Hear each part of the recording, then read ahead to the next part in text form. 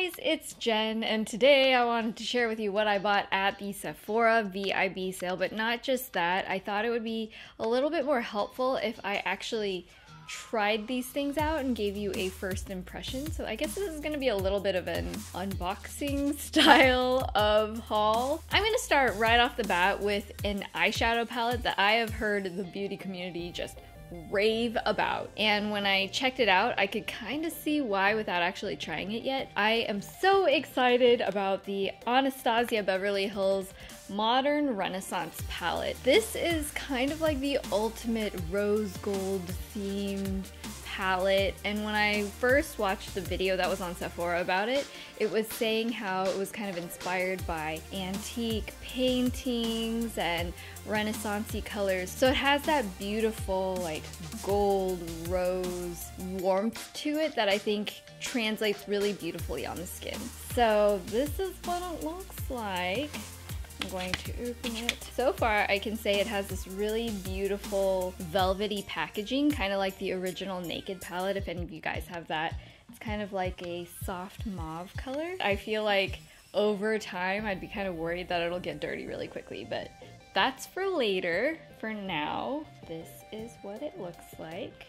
So there's a mirror back there, and it looks like it comes with a dual-sided brush. So this has kind of like a blending side and a synthetic tip. I know I'm definitely going to use this side because I use that for blending out eyeshadow a ton.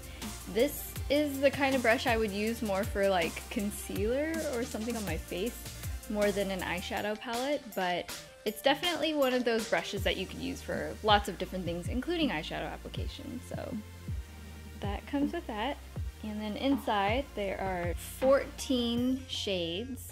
The darkest color is this dark brown right here, and then it looks like it has a nice highlight shade over here. It basically has everything you need for an everyday neutral palette, but maybe not like a black, like a super dark black for an ultra smoky eye, unless you're just basically using this dark brown shade. So I've swatched a few of the shades on my arm, and what I've noticed right off the bat is that the matte shades are quite soft and buttery. I feel like you have to be a little bit careful that if you push your brush into it, it doesn't get like super chalky and dusty, but the good thing is that it has quite a lot of color payoff, even with a little bit of a swipe. I'm excited about this having like the nice opacity and intensity of color that I really like in a matte eyeshadow without being hard and streaky and difficult to apply. The shimmerier shades, they're not like glittery or anything like too metallic. It's rather soft, so I think this will be really great for, like I said, an everyday neutral kind of eye without having to work too hard to make it work for a more natural face. The next product I got is a skincare product. I've heard so many good things about Drunk Elephant, and I was looking on Paula's Choice, which if you haven't heard of that website, she kind of reviews the efficacy and safety of a lot of the ingredients in different products.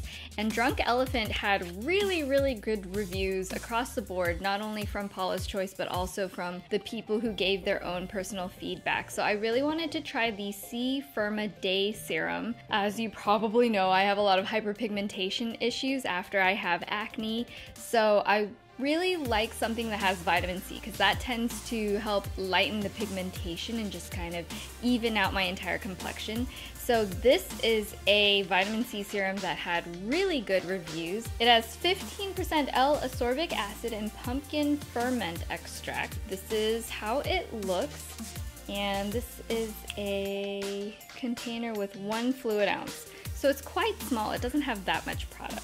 Let's see, how does this packaging work? Ooh, that's kind of nifty. I was trying to figure out how to open it, and you just twist it and the pump bottle pops up like that. So let's try pumping this out. It's very watery and orange, so it feels kind of similar to my Clinique serums that I like using for my hyperpigmentation.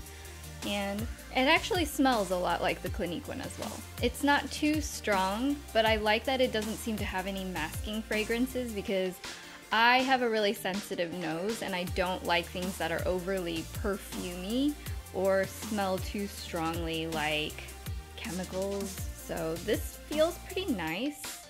It just has like a very light, earthy smell, and that's probably just the ingredients, not any sort of like layered smell. They're not trying to make it like herbal or floral or anything like that. So I'm having it absorb into my skin, and so far it's like very lightly tacky, but it doesn't feel greasy. So it absorbs pretty nicely. It's supposed to be used during the daytime, so I'm assuming that this amount of stickiness isn't going to impede with makeup application. We'll see. I still have to try it on my face, but I will let you guys know. The next thing I got, I'm actually very excited to test out. This is a Sephora Color Switch by Vera. I didn't know if this was going to be gimmicky or not because it's literally like a sponge in a tin, but the idea is that in between cleaning your brushes fully, you can just clean your brushes using just the sponge to be able to switch colors on the fly. Let's try this out. Let's see, it says, makeup removing sponge used dry that allows you to remove eyeshadow color and switch to another color without any product transfer. Instructions: glide the eyeshadow brush against the sponge to completely remove eyeshadow color. The sponge can be used on either side and can be washed.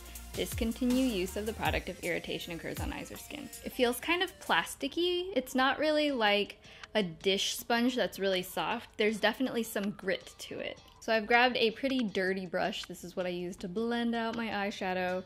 So let's just test this out. So right away I can see the eyeshadow on the actual sponge because it's kind of a dark color.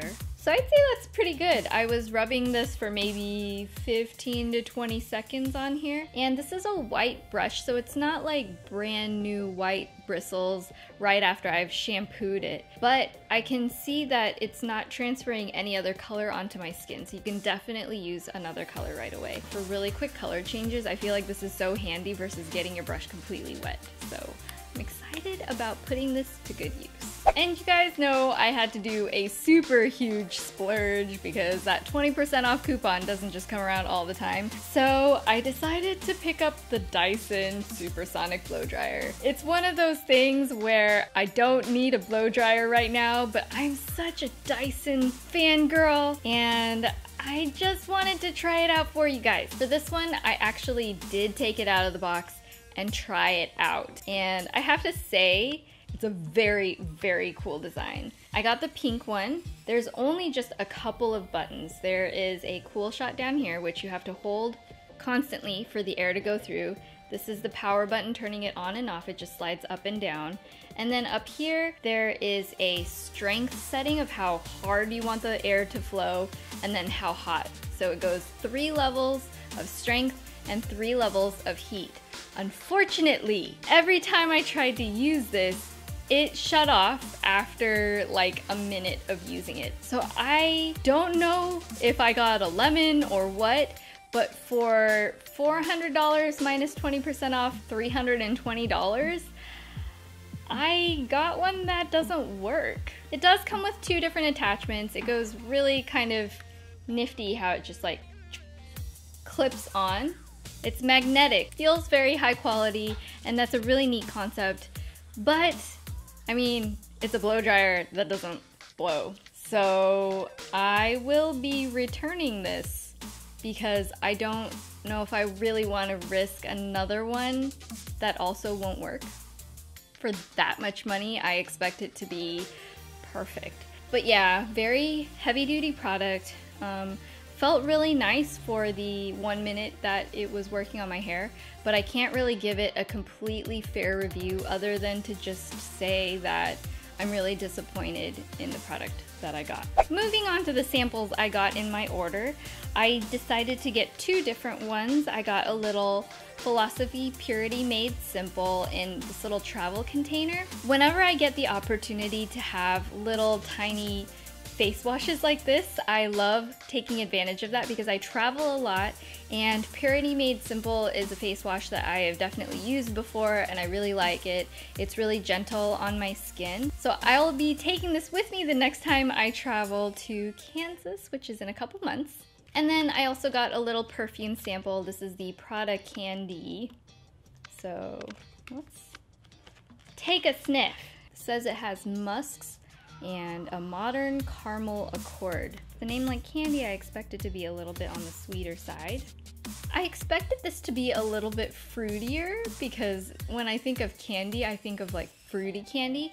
But I feel like this is a lot more like caramel, toasty, fall kind of candy. Yeah, it's a lot more muskier than I thought. So I actually think it'll be really nice for like fall and winter. Reminds me of like a nice fireplace with pumpkin pie and hot chocolate. So if you're into those kind of warm caramely scents, then maybe this is something that you'll want to try out. All in all, I'm not a fan of most perfumes in general, but this one is something that I could see myself wearing just for like that kind of special occasion. So I guess that's about it for the Sephora haul. I hope you guys enjoyed it, and let me know down in the comments if you've discovered a new product recently that you really recommend, because there's still lots of sales to be had before the holiday season, and I would love to know what you're loving. So let me know that down in the comments. Give me a thumbs up if you enjoyed this, and feel free to subscribe to see more of my videos. This is Jen, and I'll see you guys next time. Bye!